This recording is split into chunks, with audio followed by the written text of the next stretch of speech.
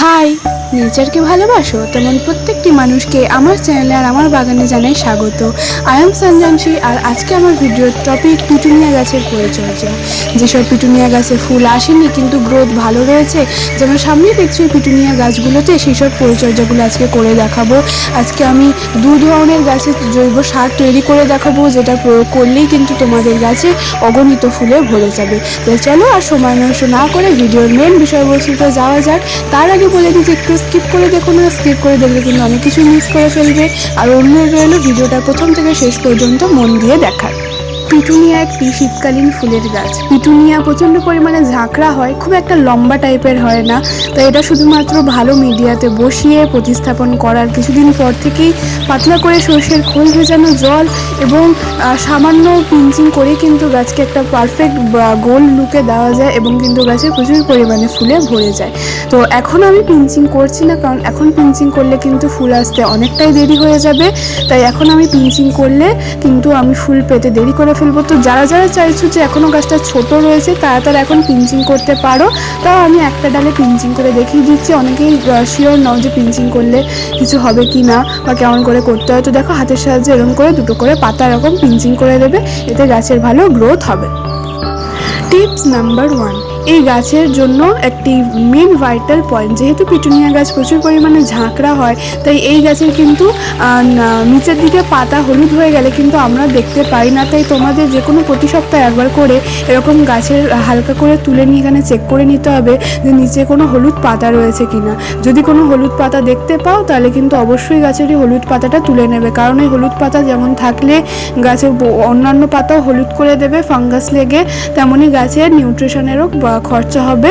তো দেখো, এই গাছে খুব একটা হলুদ পাতা ছিল না, তো এই গাছের নিচটায় দেখো একটা হলুদ পাতা রয়েছে। তো এই পাতাটাকে আমি রাখবো না, এরকম যেরকম হলুদ পাতা দেখতে পেলে নিচ থেকে বা ওপর থেকে যেখান থেকেই হোক তুলে এরকম দূরে কোথাও ফেলে দেবে, পুড়িয়ে দিতে পারলে ভালো হয়, নইলে কিন্তু ওই পাতা থেকে আবার এই পাতায় গাছে আক্রমণ করতে পারে। তারপর বলি যে এই গাছে কিন্তু এখন 6 থেকে 7 ঘন্টা চড়া রোদে রাখতে হবে। অ্যাটলিস্ট 6 থেকে 7 ঘন্টা যদি একদমই চড়া রোদে না রাখতে পারো, এই গাছ কিন্তু ফুল আসবে না। যেহেতু এখন পিটুনিয়ার ব্লুমিং সিজন, যেসব গাছে ফুল আসেনি সেসব গাছে কিন্তু এখন চড়া রোদে রাখতে হবে। তো দেখো, এই গাছের নিচে হলুদ কিছু পাতা ছিল, আমি এই গাছে সেটা তুলে নিচ্ছি।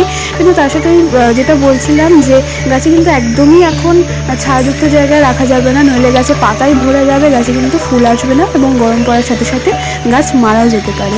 তাই কিন্তু একদমই চড়া ভরপুর মাত্রায় রোদে রাখবে, কোনো ভয় পাওয়ার কারণ নেই। তো দেখো, আমি এই পাতাগুলো কিন্তু ভালো করে সব তুলে নিয়ে দূরে কোথাও ফেলে দেবো, পারলে পুড়িয়েও দেবো, কিন্তু আমি দূরে কোথাও ফেলে দেবো বলে আর পোড়াচ্ছি না। তোমরা চাইলে অবশ্যই পুড়িয়ে দেওয়ার চেষ্টা করবে, অন্য কোনো টবেও ফেলবে না, নইলে কিন্তু ওই গাছে ফাঙ্গাস লেগে যেতে পারে। টিপস নাম্বার 2, এই গাছের মাটি সবসময় কীরকম নাইপে রাখতে হবে। যেহেতু পিটুনিয়া গাছ শীতকালীন গাছ, তাই এই গাছে কিন্তু বুঝে বুঝে জল দিতে হবে। গাছে এমনভাবে ড্রেনেজ সিস্টেম করতে হবে বা এমন জল দিতে হবে যাতে যতটুকুনি জল দেওয়া যায় সঙ্গে সঙ্গে যাতে মাটির সাথে মিশে গিয়ে এক্সট্রাটা বেরিয়ে যেতে পারে। তাই যেহেতু আমি আজকে খাবার দেবো, ওই জন্য কিন্তু আমি গাছে 2 দিন জল প্রয়োগ করিনি। তোমরা কিন্তু এমনি সময় গাছের মাটি ময়েস্ট রাখবে। ময়েস্ট মাটি কেমন করে বুঝবে? হাতের সাহায্যে কিছুটা মাটি নিয়ে মুঠো করবে, মুঠো করার সাথে সাথে হালকা করে চাপ দিয়ে যদি দেখো মাটিটা ভেঙে যাচ্ছে, তাহলে বুঝবে মাটিটা ময়েস্ট আছে। আর মাটিটা কীরকম টাইপ থাকলে গাছে জল দেবে, গাছের মাটি আঙুল 1 ইঞ্চি মতন ঢুকিয়ে যদি দেখতে পাচ্ছ যে গাছের মাটিটা এখনও শুকনো শুকনো হয়ে গেছে, তাহলে বুঝবে যে গাছের মাটি জল দেওয়ার প্রয়োজন, তাহলেই কিন্তু জল দেবে। যদি 1 ইঞ্চি মতন শুকিয়ে যায়, নইলে কিন্তু জল দেওয়ার কোনো প্রয়োজন নেই, নইলে কিন্তু গাছের গোড়া পচে গিয়ে গাছ মরে যেতে পারে, গাছ ঝিমিয়ে যাবে। এবং পিটুনিয়া গাছের শিকড় কিন্তু খুব পাতলা হয়, শিকড় পচে গাছ মরেও যেতে পারে। তারপরে দেখো, অনেক সময় খাবার প্রয়োগের সময় বা গাছের পরিচর্যা করতে করতে গাছের পাতা অনেক সময় মাটি এসে পড়ে যায়, এই পাতাগুলো কিন্তু ঝেড়ে ঝেড়ে ফেলে দেবে, নইলে কিন্তু গাছের পাতা ঝিমিয়ে যায় এবং গাছের পাতায় দাগ দাগ হয়ে গাছ মেরে যেতে পারে। কারণ পিটুনিয়া খুবই সূক্ষ্ম একটি গাছ, এই গাছের পাতাগুলো খুব নরম আর সফট হয়ে থাকে। তারপর প্রতি সপ্তাহে একবার করে মাটি খুশিয়ে দেওয়ার চেষ্টা করবে, কারণ মাটি না খোসালে গাছে তো তোমরা জানোই নানাবিধ সমস্যা হয়ে থাকে। অনেকেই মনে করো যে গাছের মাটি খুশিয়ে দিলে গাছের শিকড় কেটে গিয়ে গাছ মরে যায়, কিন্তু একদমই না। গাছের মাটি যদি হালকা করে খুশিয়ে দেওয়া যায়, গাছে নানাবিধ সমস্যা থেকে কিন্তু গাছ রক্ষা পায়। গাছের মাটির শিকড়ের মধ্যে বায়ু চলাচল করে, গাছে মাটির মধ্যে রোগ জন্মাতে বা কোনো ফাঙ্গাস জন্মাতে বাধা দেয়, তেমনই গাছ খাবার ভালো গ্রহণ করতে পারে। গাছে জল দিলে জলটা দীর্ঘক্ষণ উপরে আটকে থাকে না। টিপস নাম্বার 3, এই ভিডিওর লাস্ট এবং সবথেকে ভাইটাল একটি পরিচর্যা, অল অ্যাবাউট প্লান্ট ফুড। আজকের এই লাস্ট পরিচর্যাতে তোমাদের বলবো যে কী জৈব খাবার যেটা গাছে প্রয়োগ করলে গাছে প্রচুর পরিমাণে ফুল আসবে।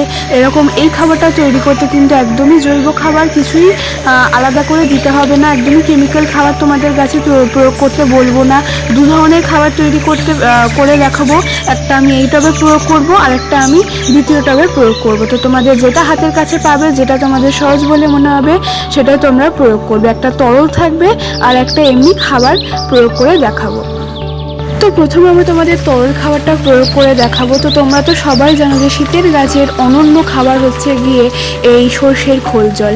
পাতলা করে সর্ষের খোল জল যে কোনো গাছে দিলেই কিন্তু প্রচুর পরিমাণে ফুল আসতে সাহায্য করে। এই সর্ষের খোলে থাকে নাইট্রোজেন বেশিরভাগ পরিমাণে, যা ফুল আনতে সাহায্য করে। কিন্তু এর সাথে আমি আরও একটা উপকরণ মেশাবো, এটা হচ্ছে এই বায়োভিটা-এক্স সিউইড এক্সট্র্যাক্ট।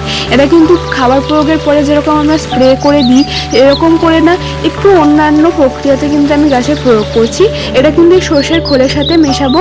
তো কেমন করে প্রয়োগ করবো, এই যে বায়োভিটা-এক্স সিউইড এক্সট্র্যাক্ট, যদি তোমাদের কাছে যদি 2 ml মাপার যদি কোনো চামচ থাকে বা সেরকম থাকে তো তোমরা সেখানে নিতে পারো। তো আমি দেখো একটা চামচে করে কিছুটা পরিমাণ সিউইড 2 ml এর মতন আন্দাজ করে নিয়ে নিয়েছি। 2 ml কিন্তু আমি সর্ষের খোলের সাথে মিশিয়ে দেবো, কারণ তোমরা তো সবাই জানো যে সমুদ্র শৈবাল দিয়ে সিউইড তৈরি হয়ে থাকে।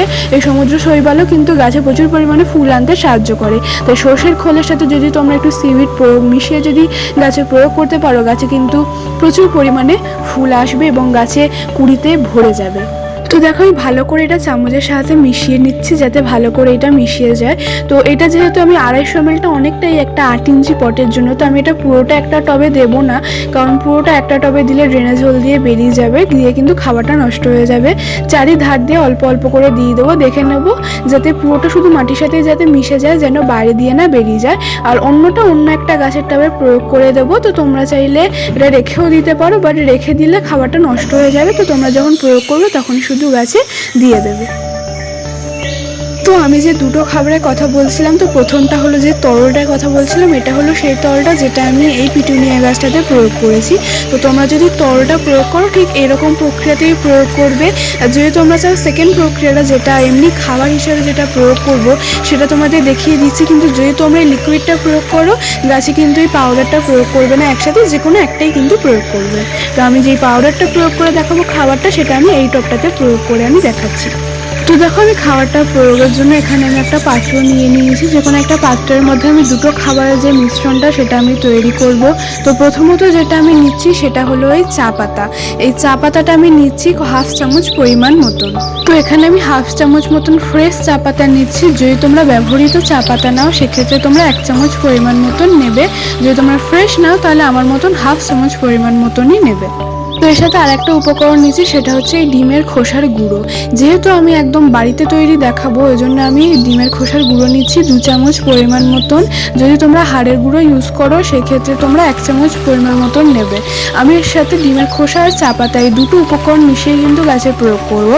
তো তোমাদের কাছে যদি ডিমের খোসা না থাকে তাহলে তোমরা দোকান থেকে হাড়ের গুঁড়ো কিনে নিতে পারো। যেহেতু আমি একদমই জৈব উপায় বলেছি ওই জন্য আমি এখানে ডিমের খোসাটা ইউজ করছি। তো আমি এখানে চা পাতাটা এই জন্য ইউজ করছি কারণ ডিমের খোসাতে থাকে ক্যালসিয়ামের পরিমাণটা বেশি, ফসফরাসটা প্রায় নেই বললেই চলে। তো ফসফরাসের সোর্স হিসেবে আমি এখানে চা পাতাটা নিচ্ছি। যদি তোমরা হাড়ের গুঁড়ো দোকান থেকে কেনা নাও তাহলে সেক্ষেত্রে 1/2 চামচ মতন চা পাতার বদলে 1/2 চামচের থেকে একটু কম নেবে, নইলে কিন্তু বেশি খাবার প্রয়োগ করলে গাছে ফসফরাসের পরিমাণটা বেশি হয়ে গেলে গাছে নানাবিধ সমস্যা হতে পারে, গাছের ক্ষতি হয়ে যেতে পারে।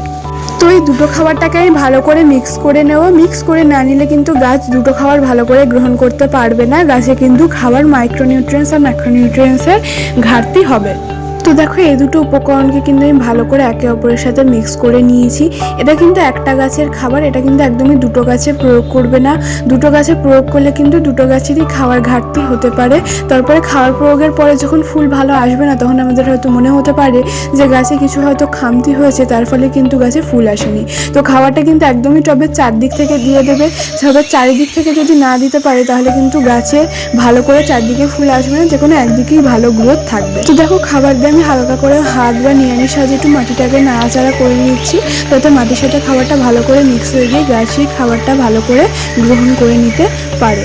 তো দেখো খাবার দিয়ে কিন্তু আমি এখন ভরপুর মাত্রায় জল দিয়ে দেবো। তোমরা তোমাদের টবের আন্দাজ অনুযায়ী গাছে জল দেবে। এখন কিন্তু যদি ভরপুর মাত্রায় না জল দিতে পারো গাছে কিন্তু ক্ষতি হয়ে যাবে। যেহেতু আমি খাবার প্রয়োগ করবো ওই জন্য আমি 2 দিন গাছে জল প্রয়োগ করিনি। তো তোমরা যদি মাটি হালকা পরিমাণ ভেজাও থাকে তাহলে কিন্তু অল্প পরিমাণ দেবে। যেহেতু আমি খাবার প্রয়োগ করেছি আর আগে জল দিইনি ওই জন্য একটু বেশি করে জল দিয়ে দিলাম। তো আজকের মতন এই ভিডিওটা এই পর্যন্ত। এই 3টে টিপসে আছে তোমাদের সাথে শেয়ার করলাম। এই 3টে টিপস করো। তারপরেও যদি কোনো বাগান সংক্রান্ত জিজ্ঞাসা থাকে আমাকে কমেন্টে জানাতে পারো, আমি তার যথাযথ উত্তর দেওয়ার চেষ্টা করব। ভিডিওটা পছন্দ হলে অবশ্যই একটা লাইক করে দিও, চ্যানেলে নতুন হলে অবশ্যই একটা সাবস্ক্রাইব করে দিও, পাশে বেল আইকনটা প্রেস করে দিও। আর আজকের ভিডিওটা পুরোপুরি মন দিয়ে দেখার জন্য তোমাদের সবাইকে জানাই থ্যাঙ্কস ফর ওয়াচিং।